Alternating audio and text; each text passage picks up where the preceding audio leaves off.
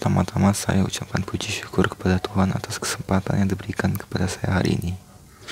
Semoga Tuhan selalu memberikan keberkahan kepada Anda semua yang sudah bersedia meluangkan waktunya untuk mendengarkan saya berbicara. Saya saat ini akan membahas tentang sistem pendidikan di Indonesia yang menurut saya masih kurang. Pertama-tama yang saya akan bahas ialah bagaimana lewat sistem pendidikan saat ini bukannya membantu mengembangkan talenta, mimpi, dan kreativitas anak, tetapi malah membunuhnya. Tidak hanya saya, tapi banyak orang yang merasakan ini. Dapat dilihat jika kita menanyakan mimpi seorang anak TK, ia pasti akan memiliki mimpi yang besar dan gambaran akan apa yang akan jadi di masa depan. Namun sering waktu dia bersekolah, mimpi-mimpinya mulai hilang.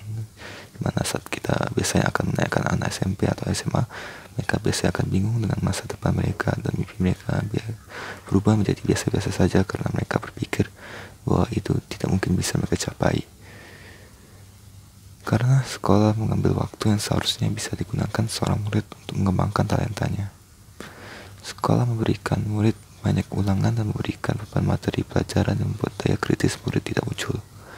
Dikarenakan mereka memiliki pola pikir jika kebenaran itu harus sesuai rumusnya. Jika sekolah benar-benar peduli akan kreativitas seorang murid, seharusnya yang diajarkan bukanlah sudut pandang seorang akan sebuah jawaban, melainkan bagaimana murid dapat berpikir dengan sendirinya dan menggunakan jawabannya sendiri sebagai jawaban yang benar. Tetapi realitanya adalah sekolah membebani murid dengan banyak tugas, PR, dan juga proyek-proyek yang sama sekali tidak akan membantu sedikit pun akan masa depan mereka yang nanti. Semua hal itu tidak menyiapkan murid-murid untuk masa depan, melainkan hanya memberi materi atau mempersiapkan mereka untuk ulangan yang akan mereka hadapi di masa depan.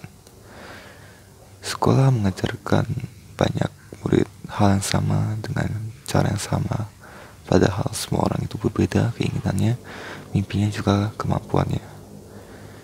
Jika sekolah benar-benar ingin menyiapkan murid untuk masa depan, seharusnya mereka mengajarkan bagaimana memulai bisnis, bagaimana membayar pajak, atau bagaimana melamar pekerjaan. Tapi yang diajarkan hanyalah fakta-fakta yang hanya akan digunakan saat ulangan. Semua beban yang sekolah berikan hanya akan membuat murid-murid semakin membenci belajar, membuat mereka stres, membuat mereka semakin jauh dari mimpi mereka. Sekolah tidak mengajarkan untuk memimpin, melainkan untuk dipimpin. Saya melihat sekolah seperti membesarkan pekerja pabrik, di mana semuanya sudah diatur seperti robot, yang semuanya duduk rapi sambil memperhatikan, angkat tangan jika ingin menanyakan, jika ingin ke toilet mereka harus angkat tangan, dan mereka diberikan waktu istirahat sebentar untuk makan. Semua diajarkan hal yang sama seperti mereka biasanya, seperti mereka besarnya akan mengerjakan hal yang sama.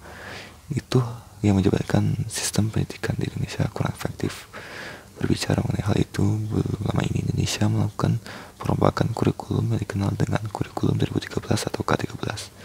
Kurikulum K13 ini adalah kurikulum yang merupakan lanjutan pengembangan kurikulum berbasis kompetensi yang telah dikembangkan pada tahun 2004 lalu, yang mencakup kompetensi sikap, pengetahuan, dan keterampilan secara terpadu. Perubahan kurikulum ini tentu saja menimbulkan pro dan kontra. Beberapa di antaranya yaitu pendapat bahwa para guru di Indonesia masih belum siap menerapkan kurikulum baru tersebut. Distribusi buku dengan kurikulum baru juga mengalami kendala. Dan yang paling merasakan dampak kurikulum baru ini tentu saja para siswa.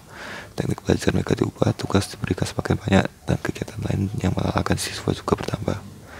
Pendidikan di Indonesia memang sesuatu yang sangat kompleks untuk dibicarakan, dan pada akhirnya menimbulkan banyak pertanyaan seperti lantas apa yang dapat kita lakukan, bagaimana jalan keluarnya, dan masih banyak lagi.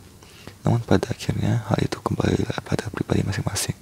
Sekarang kita akan membandingkan sistem pendidikan Indonesia dengan sistem pendidikan di Finlandia, di mana di Finlandia mereka memiliki lebih banyak waktu untuk bermain dan bereksplorasi menemukan talentanya. Juga mereka diberikan sedikit PR dan beban pikiran. Di Finlandia juga tidak mementingkan persaingan. Semua itu membuat Finlandia negara dengan sistem pendidikan terbaik di dunia. Jika Indonesia benar-benar ingin maju, harus mulai dari sistem pendidikannya, dan dapat mulai dengan mencontohi sistem pendidikan di Finlandia. Sekian, terima kasih untuk mendengarkan.